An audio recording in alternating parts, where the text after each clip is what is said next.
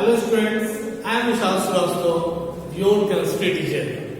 हम लोग पढ़ रहे थे chapter 4 chemicals and chemical changes. ठीक है, तो जैसा कि देखे थे हम लोग पिछले वीडियो में हम लोग पढ़े थे केमिकल रिएक्शन के बारे में। ठीक है, केमिकल रिएक्शन क्या होता है। जैसे एक एग्जांपल के लिए हम समझाते हैं, बताया था कि हाइड्रोजन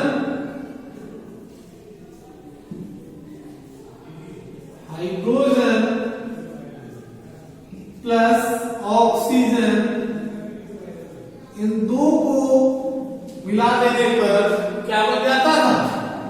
वाटर बन जाता था। ठीक है, हाइड्रोजन प्लस ऑक्सीजन क्या बन जाता था? वाटर बन जाता था। तो इसको हम लोग नेम के द्वारा, एलिमेंट्स के नेम के द्वारा दिखाते थे, तो उसे हम कहते हैं केमिकल रिएक्शन। ठीक है, अगर इसी एलिमेंट्स को इसके सिंबल के द्वारा दर्शाया जाए तो ये कहलाएगा, जैसे इसको कहा जाए H2 प्लस O2, क्या बन गया? H2O। तो ये क्या कहलाएगा आपको? Chemical equation. ये कहलाएगा केमिकल इक्वेशन। जबकि ऊपर वाला क्या कहलाएगा? ये क्या कहलाएगा? Chemical reaction. Chemical reaction. यहां देख रहे हैं कि एक जो है, अगर उसी एलिमेंट्स को नेम के साथ लिखते हैं तो उसे क्या कहा जाएगा? केमिकल रिएक्शन कहा जाएगा। ठीक है, लेकिन उसी को अगर हम केवल उसको सिंबल के द्वारा, फॉर्मूला के द्वारा लिखते हैं तो उसको कहते हैं केमिकल इक्वेशन। ठीक है, तो सबसे पहले हम ये जानेंगे कि केमिकल इक्वेशन होता क्या है।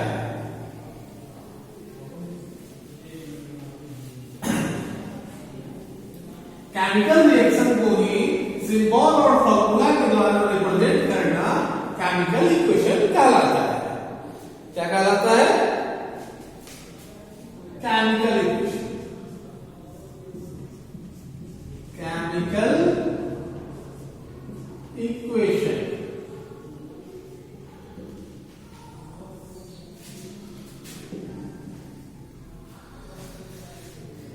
The representation of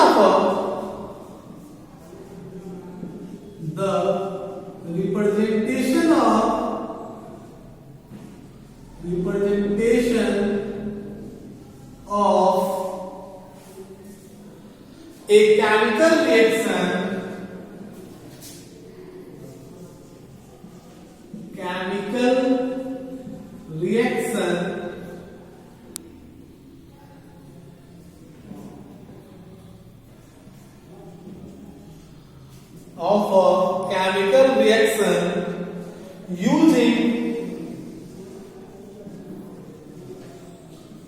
symbols and formula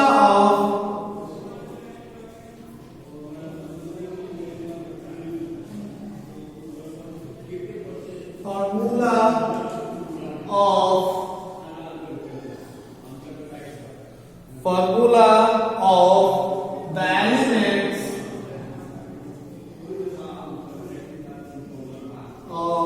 the elements or compound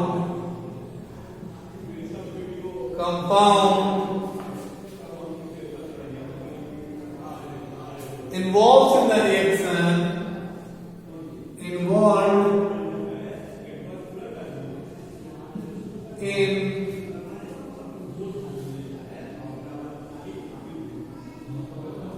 the reaction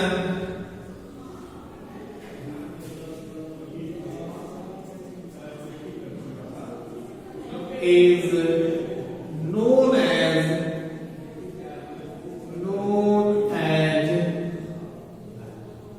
chemical equation. Chemical equation. ठीक है, अगर हम लोग किसी भी केमिकल रिएक्शंस को ही उसको सिंबल और फॉर्मूला के द्वारा रिप्रेजेंट कर एक एग्जांपल बताए थे, H2 हाइड्रोजन का सिंबल हो गया H2, H2 से रिप्रेजेंट करते हैं, सिंबल H होता है, और ऑक्सीजन को O2 से रिप्रेजेंट करते हैं। ये दोनों मिलकर क्या बन जाता है? H2O बन जाता है। ठीक है, इसको क्या कहेंगे? Chemical equation.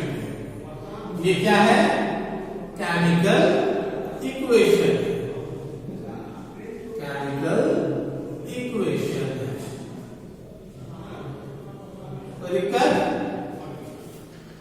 अब हम इसमें आगे बढ़ेंगे तो देखेंगे यहां पे दो चीजें हैं, एक है H2 प्लस O2, ये दोनों मिलकर क्या बन जा रहा है? H2O बन जा रहा है। H2 प्लस O2, इन दोनों को हम कहते हैं रिएक्टेंट। इन दोनों को क्या कहते हैं? रिएक्टेंट कहते हैं। और जो रिजल्ट निकल रहा है, जो बन रहा है H2O वाटर, ये कहलाता है प्रोडक्ट। क्या कहलाता है? प्रोडक्ट। तो किसी केमिकल इक्वेशन में एरो के बाईं तरफ जो होता है, एरो के लेफ्ट तरफ जो होता है, उसे हम कहते हैं रिएक्टेंट, और एरो के राइट हैंड साइड में जो होता है उसे हम कहते हैं प्रोडक्ट।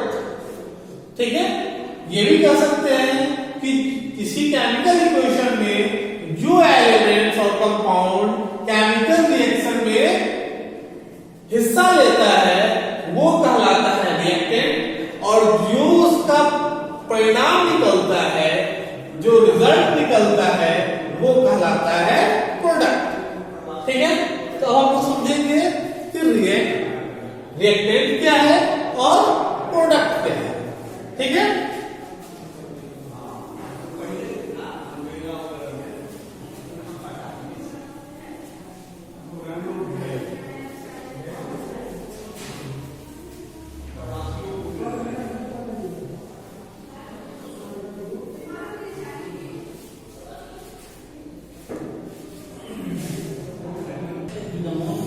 अब देखते हैं हम लोग रिएक्टेंट। रिएक्टेंट क्या है?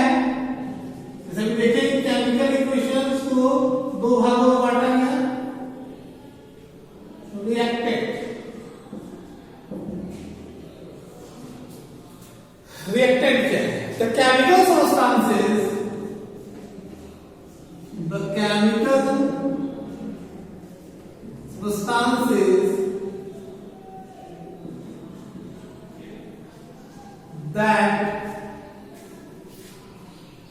the chemical substances that participate in a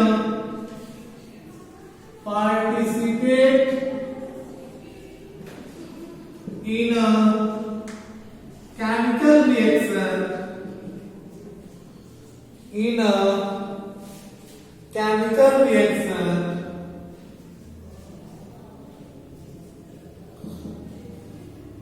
are known as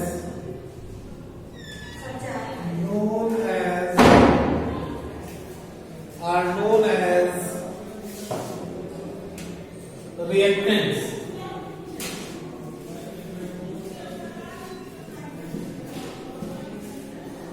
Are known as reactants. The chemical substances that participate in a chemical reaction are known as reactants. वह केमिकल रिएक्शन में जो chemical substances participate करता है उसे हम क्या कहते हैं? रिएक्टेंट कहते हैं। जैसे एक एग्जांपल हम अगर देते हैं, Mg+O2, मैग्नीशियम को हम ऑक्सीजन के साथ रिएक्ट करते हैं तो क्या बन जाता है? MgO बन जाता है। क्या बन जाता है? MgO बन जाता है। ये मैग्नीशियम और ऑक्सीजन, ये दोनों क्या कहलाता है? रिएक्टेंट कहलाता है। ये क्या कहलाता है? रिएक्टेंट कहलाता है। ठीक है, जब किसी भी हम एलिमेंट्स को रिएक्ट करते हैं तो वो क्या कहलाता है, जो रिएक्ट होता है वो क्या कहलाता है, रिएक्टेंट, और जो प्रोडक्ट होता है वो क्या कहलाता है, और जो न्यू सब्सटेंस फॉर्म होते हैं, जो न्यू कंपाउंड फॉर्म होते हैं उसे हम कहते हैं प्रोडक्ट। एक और एग्जांपल देखते हैं,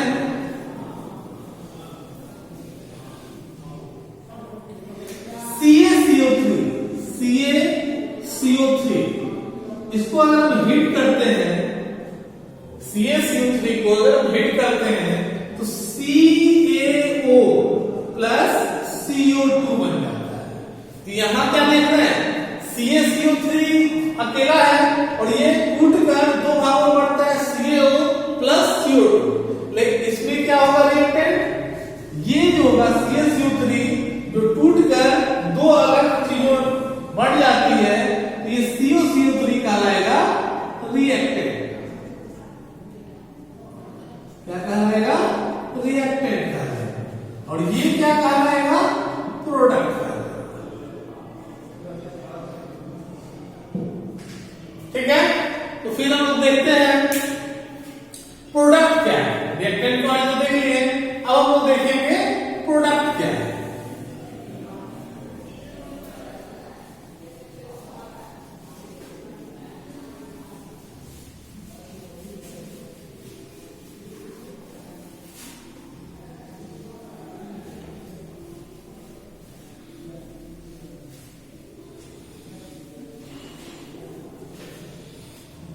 product,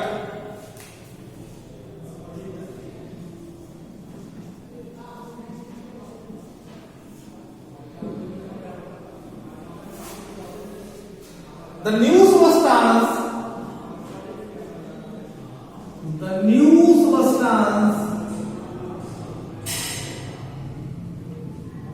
formed, the new substance formed due to a chemical reaction, due to a chemical reaction,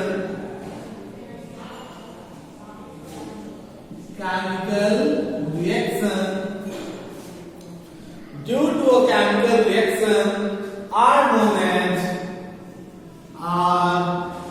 known as product.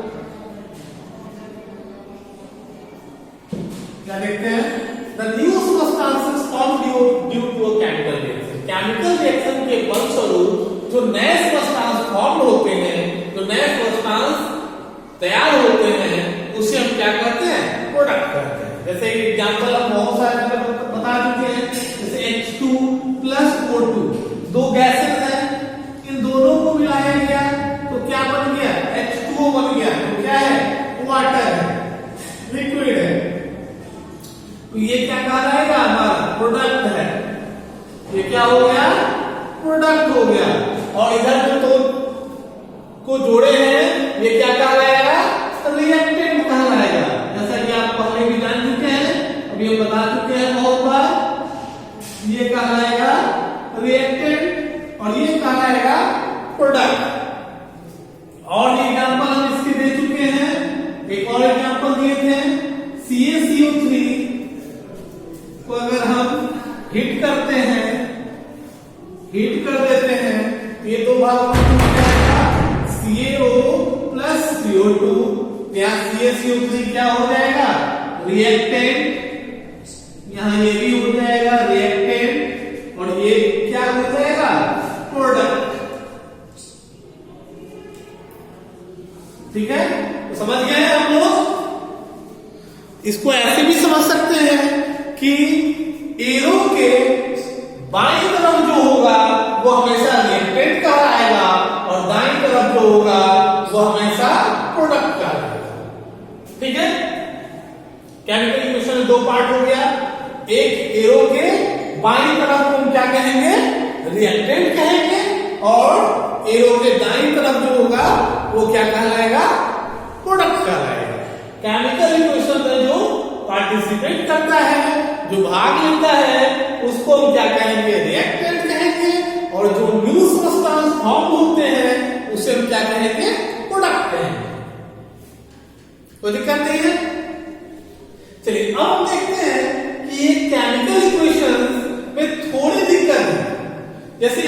देख रहे हैं H2, हाइड्रोजन के दो मॉलिक्यूल्स हैं, सॉरी हाइड्रोजन मॉलिक्यूल्स जो है इसमें हाइड्रोजन के दो एटम है और यहाँ ऑक्सीजन के दो एटम है, जबकि यहाँ पे हाइड्रोजन के दो और ऑक्सीजन के एक ही है। तो इस एरो के दोनों तरफ नंबर ऑफ एटम सेम नहीं है, इधर हाइड्रोजन दो इधर भी दो, वेरी गुड, बट इधर ऑक्सीजन के दो एटम और इधर ऑक्सीजन के एक एटम। तो यहां पे ये इक्वेशन बैलेंस्ड नहीं है। तो अब आते हैं कि केमिकल इक्वेशंस दो प्रकार के होते हैं। केमिकल इक्वेशन दो प्रकार के होते हैं, एक बैलेंस्ड केमिकल इक्वेशन और दूसरा अनबैलेंस्ड केमिकल इक्वेशन। ठीक है, एक केमिकल इक्वेशन ऐसा होता है जिसमें एरो के बाएं साइड में, लेफ्ट हैंड साइड में भी नंबर ऑफ एटम्स सेम होते हैं राइट साइड के एलिमेंट्स के नंबर ऑफ एटम्स के। तो अगर ये सेम है तो उसे हम कहेंगे बैलेंस्ड केमिकल इक्वेशंस, अगर सेम नहीं है तो क्या कहेंगे, अनबैलेंस्ड केमिकल इक्वेशंस। ठीक है, जैसे हम बता दें chemical equations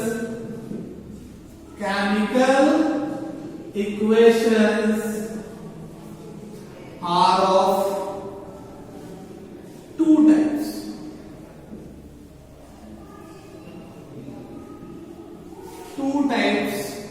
First, balanced chemical equation.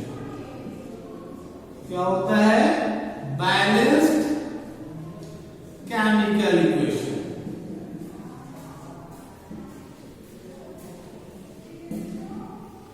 Balanced chemical equation क्या होता है, तो जिस केमिकल इक्वेशन में एरो के लेफ्ट हैंड साइड और राइट हैंड साइड दोनों में किसी भी एलिमेंट के नंबर ऑफ एटम्स सेम हो तो वो क्या कहलाएगा, बैलेंस्ड। अगर सेम नहीं हो तो क्या कहलाएगा, अनबैलेंस्ड। जैसे एक एग्जांपल के लिए हम लोग देखते हैं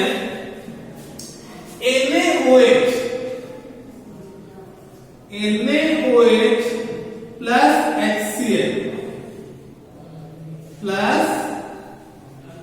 HCl NaOH को रिएक्ट करते हैं HCl के साथ, तो क्या बन जाता है, NaCl प्लस H2O। क्या बन जाता है, NaCl प्लस H2O। एक एग्जांपल है, इसमें हम लोग देखते हैं।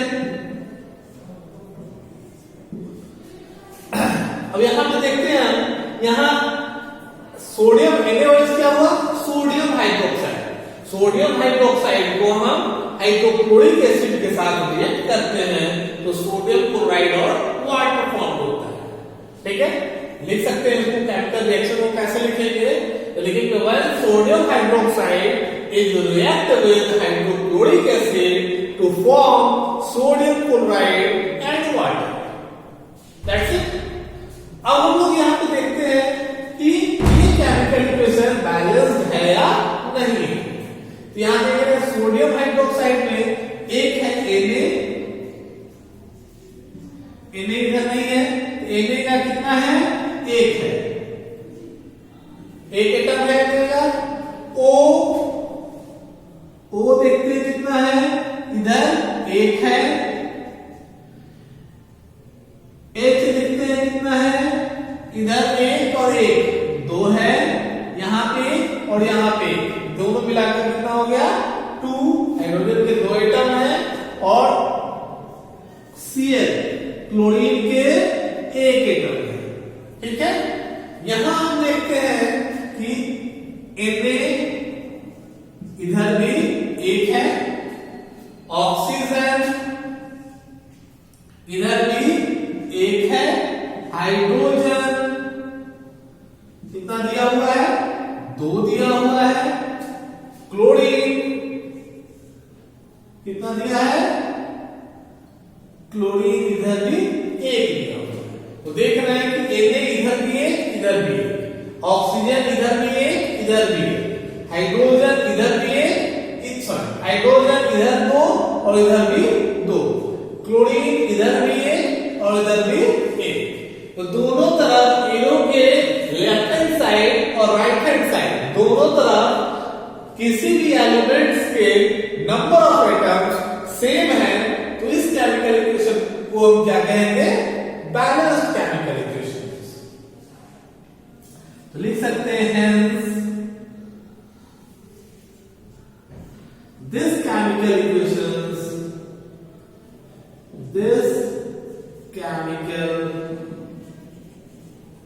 equations are balanced,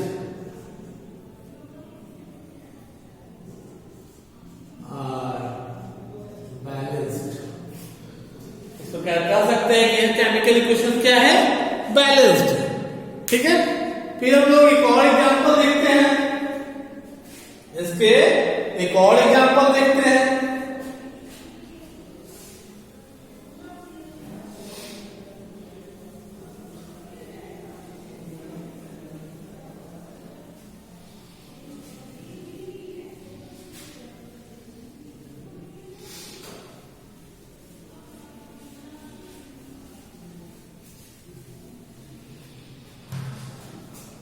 एग्जाम्पल 2 देख लेते हैं।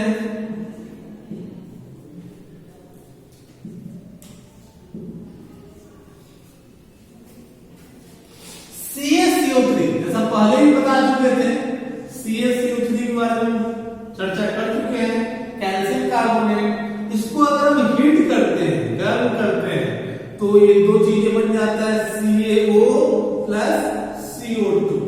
तो यहां देखते हैं कि एक Ca है कैल्शियम, C कार्बन और O ऑक्सीजन। तो Ca का देखेंगे, Ca का कितना है इधर? तो 1 है। कार्बन कितना है? तो 1 है। और ऑक्सीजन कितना है? तो 3 है। प्रोडक्ट में Ca कितना है? 1 है। कार्बन कितना है? 1 है। और ऑक्सीजन कितना है? 1 और 2, कितना हो गया? इधर 2 ऑक्सीजन और इधर 1 ऑक्सीजन, ये दोनों मिलकर कितना हो जाएगा? 3 ऑक्सीजन। ऑक्सीजन जो है 3 है। तो इधर कैल्शियम 1 कैल्शियम 1 सेम हो गया, कार्बन 1 कार्बन 1 सेम हो गया, ऑक्सीजन का 3 एटम, इधर भी ऑक्सीजन का 3 एटम, दोनों तरफ सेम एटम्स है सभी एलिमेंट्स के। तो कर सकते हैं hence this chemical equations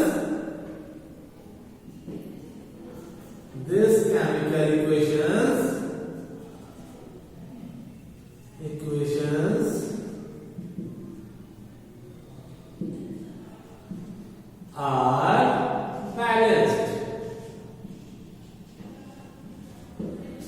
कह सकते हैं कि केमिकल इक्वेशन क्या है? बैलेंस्ड। कोई दिक्कत? अब हम देखते हैं कि दूसरा प्रकार क्या होता है। बताएं केमिकल इक्वेशन 2 प्रकार के होते हैं, एक बैलेंस्ड केमिकल इक्वेशन और दूसरा होता है अनबैलेंस्ड केमिकल इक्वेशन। क्या होता है? तो चलते हैं, हम लोग देखेंगे unbalanced chemical equation.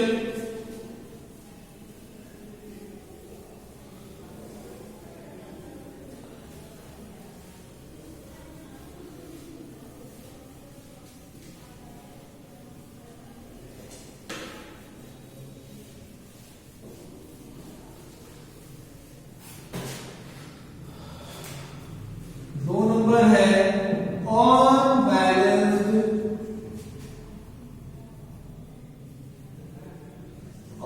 Unbalanced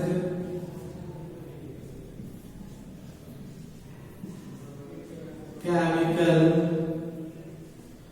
equation. ठीक है, अनबैलेंस्ड केमिकल इक्वेशन। इसमें देखते हैं कि एक एग्जांपल से देख लीजिए, जैसा हम इसके पहले भी कितनी बार चर्चा कर चुके हैं, H2 प्लस O2। एक हाइड्रोजन है, हाइड्रोजन का 2 एटम और ऑक्सीजन का 2 एटम रिएक्ट करता है तो क्या बन जाता है H2O बन जाता है। ठीक है, ये क्या है यहाँ पे हाइड्रोजन का 2 है, ऑक्सीजन का 2 है, इधर हाइड्रोजन का 2 है, ऑक्सीजन का 1 है। तो ये क्या हुआ अनबैलेंस्ड है। इस केमिकल इक्वेशन को क्या बोलेंगे अनबैलेंस्ड बोलेंगे। अनबैलेंस्ड केमिकल इक्वेशन बोलेंगे। इसको बैलेंस करने के तरीके क्या होते हैं तो फिर से लिख लेंगे H2 प्लस O2 एरो देकर लिख देंगे H2O। जो क्वेश्चन है उसको उतार देंगे। अब हम देखेंगे कि इधर हमारा O 2 है। देखिए कैसे अनबैलेंस्ड को कैसे बैलेंस करते हैं। इधर हमारा ऑक्सीजन कितना है 2 है और इधर ऑक्सीजन कितना है 1 है। ठीक है, तो इधर 1 है तो इसको भी हमको 2 करना है तब तो बैलेंस होगा। तो हम ऐसे O2 नहीं कर सकते, ये जो तरीका है वो गलत है। ठीक है, हमेशा हमको इसको 2 करना है तो यहां पहले 2 लगा देंगे, यहां 2 लगा दिए तो ऑक्सीजन तो हो गया 2, इधर भी 2 और इधर भी 2 हो गया। लेकिन इससे दिक्कत क्या हो गया कि ऑक्सीजन तो 2 हो गया लेकिन हाइड्रोजन हो गया 2 टू द 4 और इधर हाइड्रोजन था हमारा 2। इस हाइड्रोजन को लिख देंगे इधर 2। तो क्या हो जाएगा इधर हाइड्रोजन हमारा हो जाएगा 4, ऑक्सीजन हो जाएगा 2 और यहां भी हाइड्रोजन हमारा हो गया 4 और ऑक्सीजन हो जाएगा 2। तो दोनों तरफ देखते हैं कि एटम्स सेम हो गए। तो इस केमिकल इक्वेशन को लिखेंगे हम बैलेंस्ड। ये क्या है हमारा बैलेंस्ड हो गया। ठीक है, ये एक्चुअल में केमिकल इक्वेशन बैलेंस था नहीं, ये अनबैलेंस था। इसको केमिकल इक्वेशन को बैलेंस किया है। Hence, this chemical equations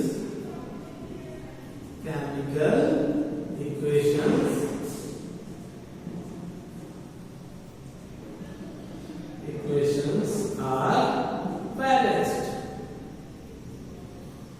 ठीक है, इस प्रकार हम कह सकते हैं कि केमिकल इक्वेशन क्या हो गया बैलेंस्ड हो गया।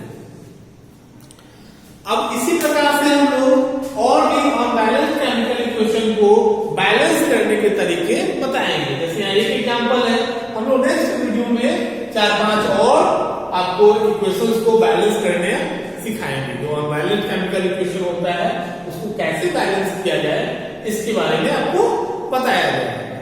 ठीक है, फिर हम लोग आगे का नेक्स्ट टॉपिक पढ़ेंगे। ठीक है, सबसे पहले पढ़ेंगे बैलेंसिंग केमिकल इक्वेशन। ठीक है, जिसमें हम लोग बैलेंस करने के बारे में सीखेंगे। उसके बाद हम लोग केमिकल चेंजेस वगैरह आगे पढ़ेंगे। ठीक है, इस अनबैलेंस्ड केमिकल इक्वेशन को बैलेंस करने के बाद हम लोग कुछ होमवर्क भी देंगे जिसमें आपको केमिकल इक्वेशन को बैलेंस करके दिखाने हैं। Okay, thank you.